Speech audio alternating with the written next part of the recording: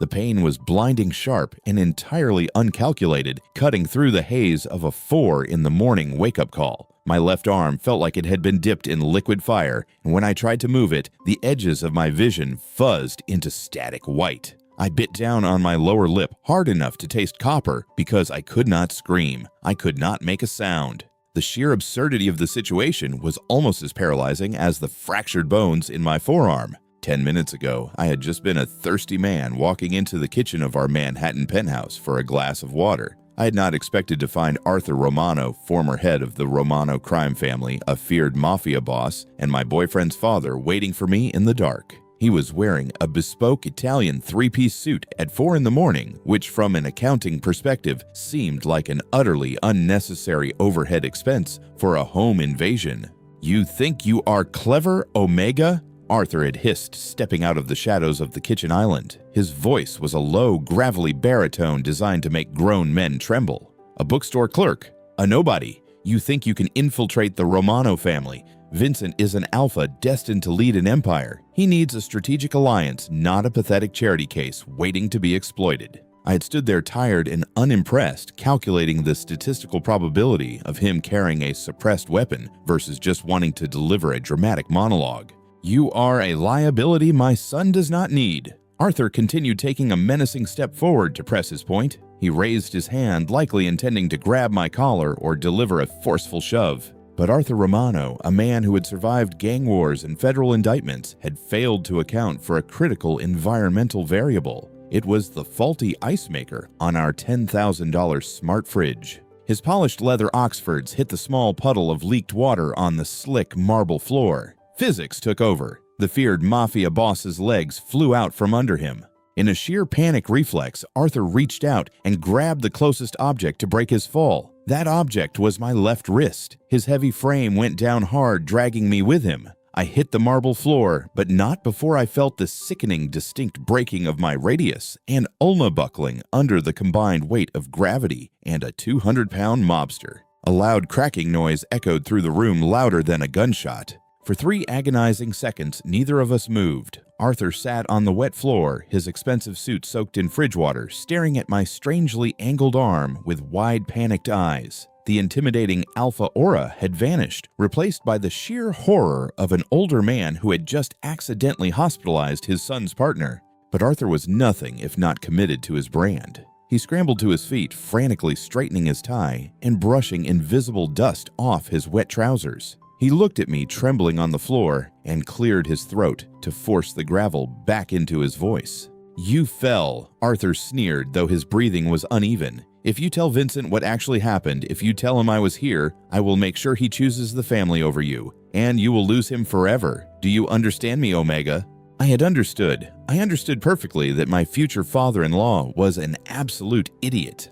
He had practically fled the penthouse after that, leaving me on the cold kitchen floor. Now, sitting on the edge of the bed in the master bedroom, I carefully cradled my broken arm against my chest. I turned my head and looked at Vincent. He was sleeping deeply, his broad chest rising and falling in a steady rhythmic cadence, one muscular arm thrown carelessly over his eyes. He was completely oblivious to the fact that his father had just committed accidental assault and battery in our kitchen. A normal Omega might have cried. A normal bookstore clerk might have panicked, packed a bag, and fled into the New York night terrified of the mafia's threats. But I was not just a bookstore clerk, and I was done running. As the initial shock wore off, the pain began to recede behind a familiar, comforting wall of numbers. My brain, trained by years on Wall Street, before I had walked away from it all, automatically began to crunch the data. Medical expenses in Manhattan without premium alpha-tier insurance included emergency room intake, x-rays, orthopedic consultation, cast application, and physical therapy. That was a minimum liability of $15,000 out of pocket. Loss of potential income and opportunity cost could be estimated conservatively at $8,000 for the next 2 months of impaired typing speed. Emotional trauma and punitive damages meant if I sued the Romano family, the settlement would easily start at $500,000. But suing the mafia was an inefficient strategy with a high mortality rate. No, there was a better way to collect this debt. I looked at Vincent's sleeping form again. I loved him. I loved his quiet strength, his hidden gentleness, and the way he looked at me like I was the only thing that mattered. But his family was a catastrophic operational liability. Arthur Romano thought I was just a weak liability that would drain his son's resources. He thought he could threaten me into submission. I did not shed a single tear. Instead, a cold, sharp smile touched my lips in the darkness. Using my good right hand, I reached into the nightstand, pulling out a thick lifestyle magazine and a roll of athletic tape. Biting down on my lip to suppress a groan, I carefully wrapped the magazine around my broken forearm, pulling the tape tight with my teeth to create a makeshift splint. Arthur Romano wanted to play a game of power and intimidation. He thought he held all the cards, but he had just made the biggest miscalculation of his life. I was not going to leave Vincent. I was not going to run away. I was going to stay right here, and I was going to audit this entire family until they begged for mercy. Less than 24 hours later, I found myself sitting in a dusty, dimly lit warehouse in Brooklyn. Arthur had made good on his intimidation tactics. His men had politely but forcefully escorted me from a Manhattan clinic right after my arm had been officially set in a black fiberglass cast directly to this undisclosed location. It was supposed to be a kidnapping. It was supposed to terrify me. Instead, I was deeply offended by the state of their filing system.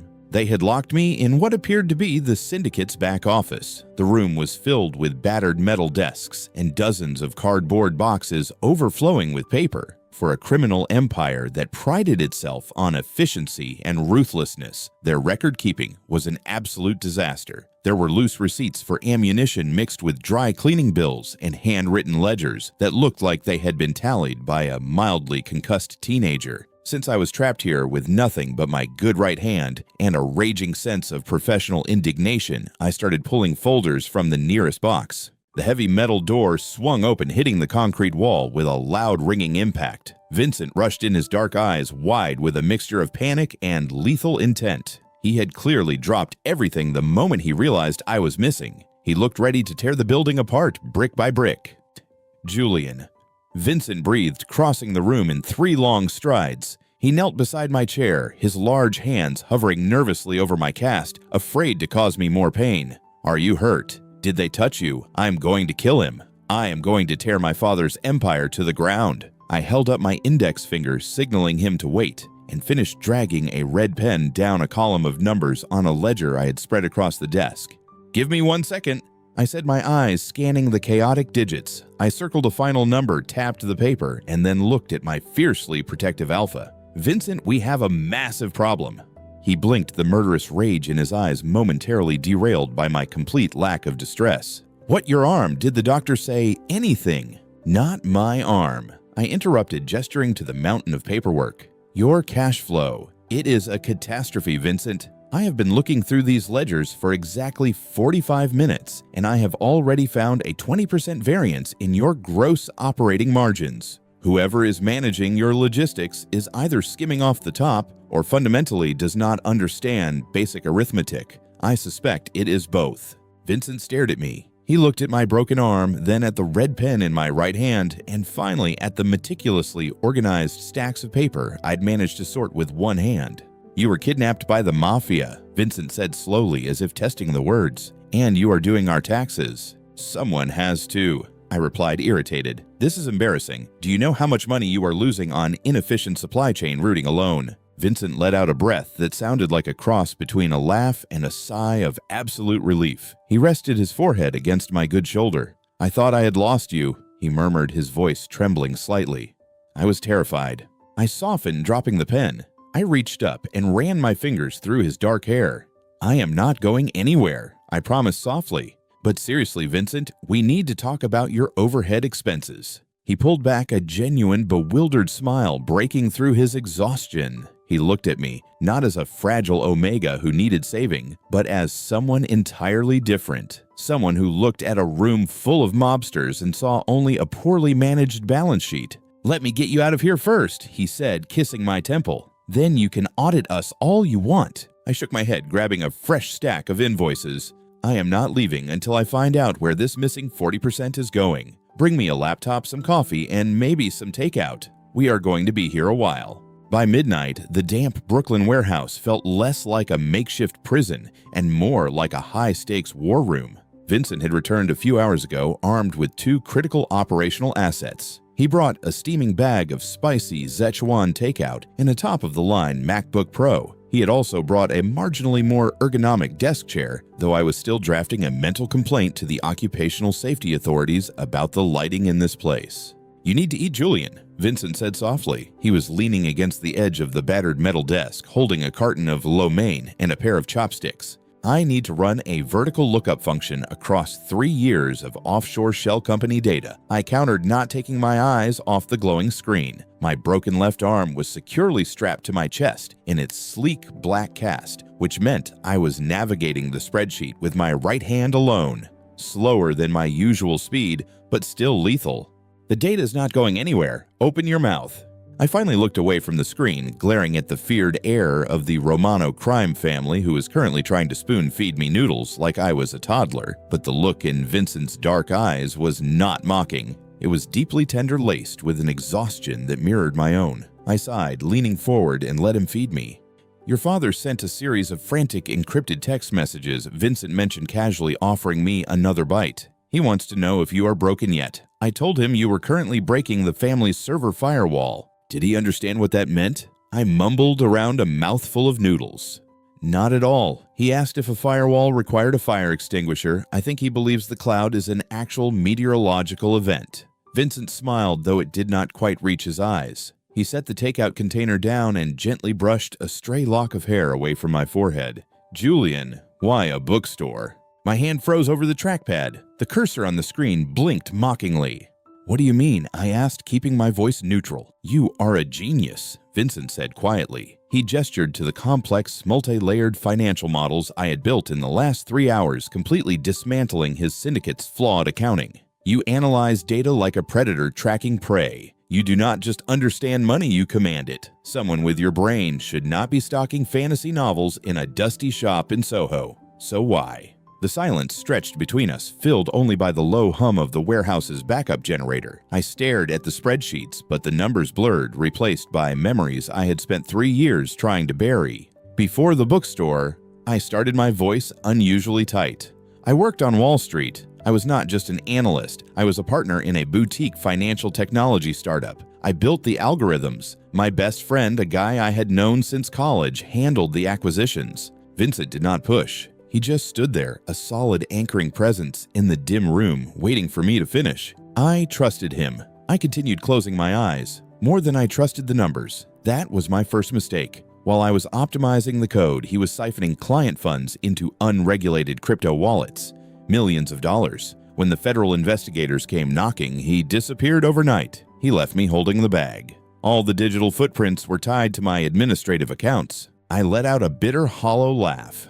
I managed to prove my innocence and avoid federal prison, but my reputation was slaughtered. I was blacklisted, the prodigy who fell asleep at the wheel. After that, I made a vow. I swore I would never, ever touch another person's money again. I wanted a quiet, boring life where the worst thing that could happen was a delayed shipment of hardcover books. Vincent stepped closer, closing the distance between us. He did not offer empty platitudes or pity. Instead, he reached out his large, warm hand, covering my right hand that still hovered over the laptop. "You broke your vow," he stated softly. "Tonight, for this." I looked up at him, the dangerous mafia prince who had spent the last 2 years treating me like I was made of glass, who was currently preparing to go to war with his own father to protect me. "You are worth breaking a vow for, Vincent." I said, the truth of it settling deep in my chest. "I will not let anyone steal from you. Not a business partner, and certainly not your own father's incompetent henchman." Vincent's breath hitched. Before he could say anything, he leaned down and captured my lips in a slow, devastating kiss. It was not frantic or desperate. It was a profound sealing of a partnership. The line between the Mafia Alpha and the Wall Street exile completely dissolved. We were a team. When we finally broke apart, I cleared my throat, feeling a flush creep up my neck. I immediately turned my attention back to the screen to regain my composure. "Right. Enough emotional vulnerability for one fiscal quarter," I muttered, tapping the trackpad. "Let us look at what I found while you were buying noodles." Vincent chuckled, resting his chin on my shoulder, looking at the screen. "Show me, Chief Financial Officer." I tracked the 40% revenue leak. I explained, pulling up a highlighted data visualization. Carter is smart, but he is sloppy. He routed the money through 3 different shell companies in the Caymans, but he used the same registered agent for all of them. I bypassed the agent's public registry and found the ultimate beneficiary. I clicked a final button, bringing a logo onto the screen. Vincent's entire body went rigid against mine. The warm, affectionate alpha was gone in a millisecond, replaced by a cold, calculating killer. The Volkov Syndicate, Vincent growled, his voice dropping an octave. Yes, I confirmed, tapping the screen with my good hand. Carter is not just stealing from you, Vincent. He is funding your biggest rivals. He is a rat, and thanks to my spreadsheets, we now have his exact cheese trail. The revelation hung heavy in the dimly lit warehouse. We had barely processed the fact that Carter, one of Vincent's most trusted lieutenants, was siphoning funds to the Russian mob when the heavy steel door at the far end of the corridor creaked open. Footsteps echoed against the concrete, slow and deliberate. Vincent instantly shifted, stepping squarely in front of me. His hand slipped under his tailored jacket, resting on the grip of a concealed firearm. The protective instinct was immediate and absolute. "Well, look at this touching scene," a voice echoed from the shadows. Carter stepped into the dim light of our makeshift office. He was holding a suppressed pistol, his expression a mask of cold arrogance. He looked at Vincent, then his eyes flicked to me, taking in my cast and the laptop on the desk. I figured the old man's kidnapping plot was a joke. Carter sneered, raising the weapon slightly. But I could not take any chances. "You see too much, Julian. I cannot have an Omega with a calculator ruining 3 years of careful planning. It is nothing personal, Vincent. It is just business." Vincent's jaw locked. He did not draw his weapon, knowing that in a quick draw, Carter might get a shot off first. He was calculating angles, positioning his body to ensure that if a bullet flew, it would hit him, not me. "It is extremely personal when you steal from the family, Carter," Vincent said, his voice deadly calm. "And when you threaten my partner." I looked at Carter, then at the suppressed pistol. A normal person would have frozen in terror. But staring at the man who had caused this massive deficit in the Romano ledgers triggered an entirely different emotion in me. It brought out pure, unadulterated professional rage. Before Vincent could make a tactical move, I grabbed the massive 500-page printed ledger sitting on the edge of the desk. Using my good right arm, I hurled the heavy binder with every ounce of strength I had left. The dense brick of paper flew through the air and slammed directly into Carter's face with a heavy, sickening thud. Carter stumbled backward, crying out in shock as the heavy ledger smashed into his nose. His grip on the pistol faltered, the weapon clattering to the concrete floor. In a blur of motion, Vincent was across the room. He slammed Carter against the wall, pinning him by the throat with terrifying speed. The fight was over before it even began. Vincent kicked the discarded weapon across the room, his eyes blazing with a fury that made the air in the warehouse feel suffocating. I stood up, adjusting my sling, and walked calmly over to where Carter was gasping for air under Vincent's iron grip. "You are an idiot, Carter," I stated, looking at him with utter disdain. "You routed the Cayman transactions through a server node that uses a static IP address. You used the same password string for the Volkov shell companies that you use for your corporate email. You are not a criminal mastermind. You are a compliance liability." Carter stared at me, his nose bleeding profusely, unable to comprehend that he had just been physically assaulted with a financial report and verbally destroyed by an Omega. Vincent looked back at me, panting slightly, the violent tension in his shoulders easing just a fraction as he took in my complete lack of fear. He smiled, a dark, devastating smile. I told you not to mess with my accountant," Vincent whispered to Carter before striking him hard enough to render him completely unconscious.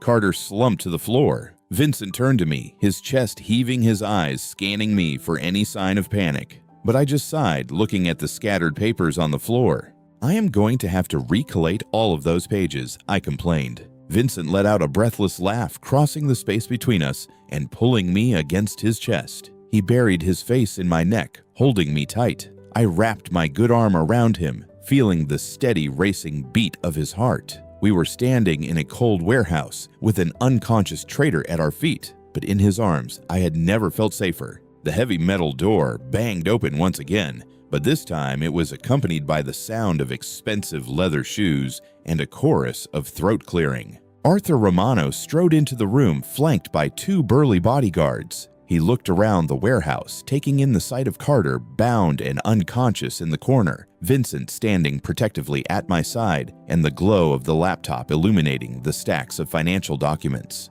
Arthur puffed out his chest, attempting to project the aura of a ruthless, commanding mafia patriarch. He pointed a dramatic finger at me. "I see my son has found you." Arthur boomed, his voice echoing off the concrete walls. "Let this be a lesson, Omega. You do not belong in our world. You are weak. You are a distraction.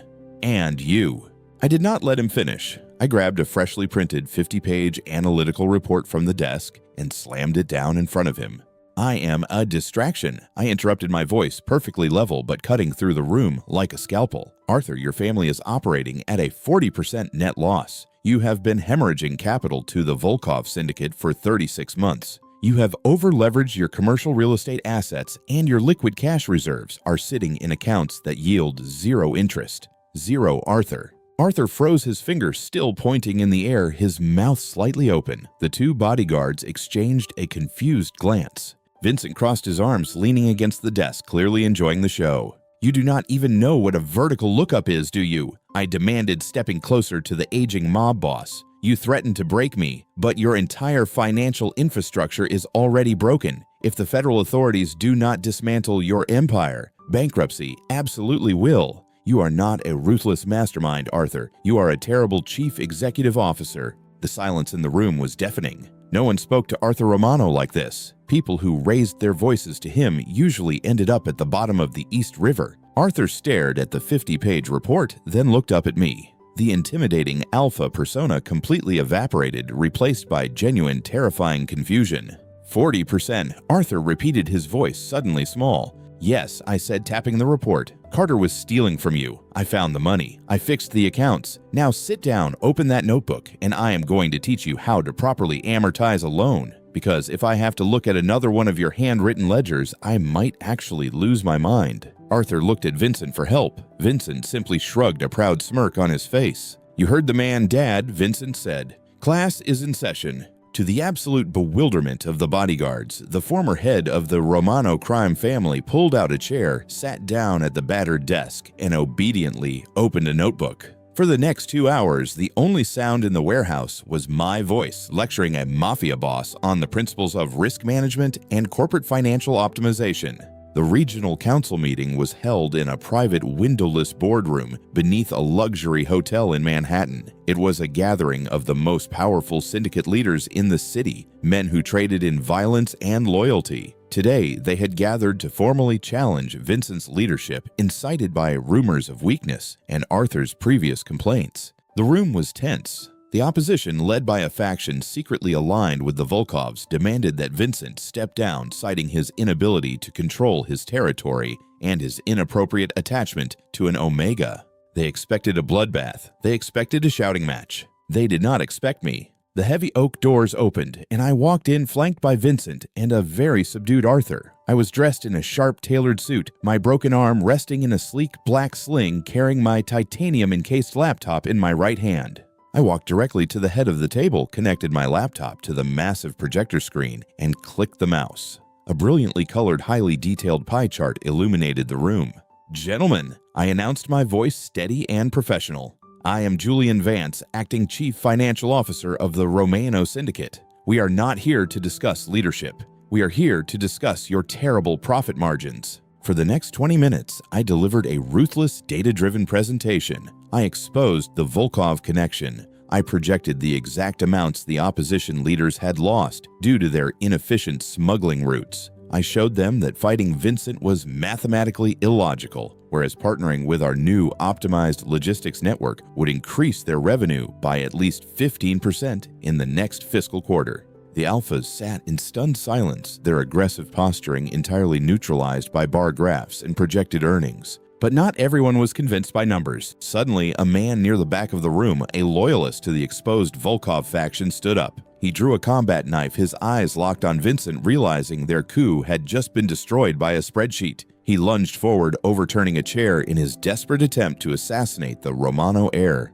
Vincent reacted instantly, moving to intercept, but the attacker was close to the projector podium where I was standing. I did not think. I just reacted. I grabbed my heavy titanium-encased laptop with my good right hand and swung it like a baseball bat. The solid metal edge connected squarely with the side of the attacker's head with a resounding heavy crash. The man collapsed to the floor instantly, out cold. The laptop screen flickered once, then returned to displaying a perfectly formatted pivot table. The entire boardroom stared at me in absolute shock. I casually adjusted my blazer, looking down at the unconscious assassin, then looked back at the counsel. As I was saying, I continued calmly, "Our new security protocols will drastically reduce overhead costs." Vincent started laughing. It was a rich, full sound that echoed through the stunned boardroom. He walked up to the front, stepped over the unconscious man, and wrapped his arm around my waist, pulling me close. "Gentlemen," Vincent said, looking out at the silent counsel with absolute pride, "this is my partner, and as you can see, our financial department is fully equipped to handle hostile takeovers."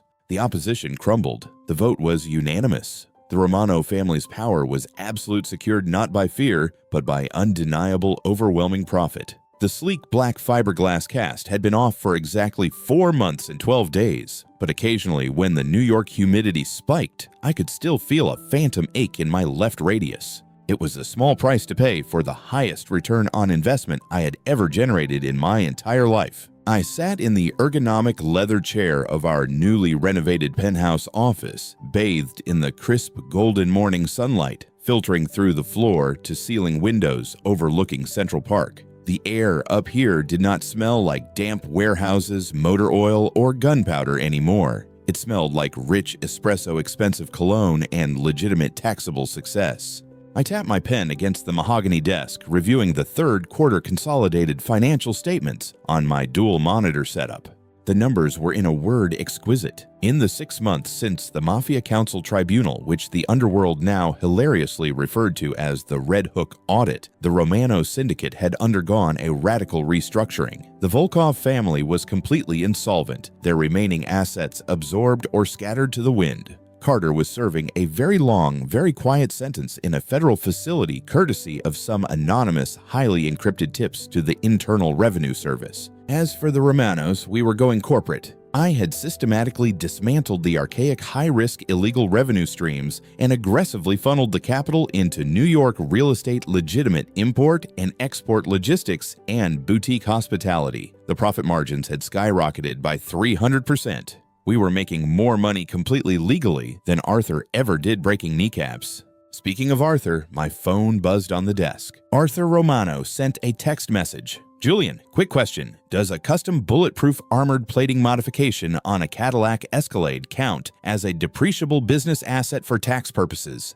I rolled my eyes, a fond smile tugging at the corner of my mouth. I typed back with one hand.